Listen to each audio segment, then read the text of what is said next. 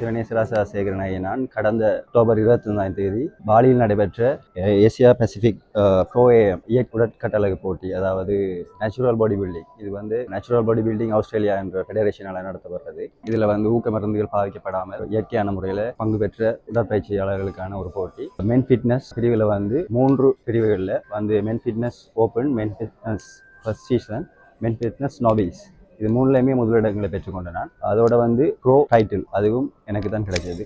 Asia பசிபிக்காக இருந்தாலுமே இதில் உலக நாடுகள் அனைத்து வீரர்களுமே பங்கு பெற்று கொண்டவங்க.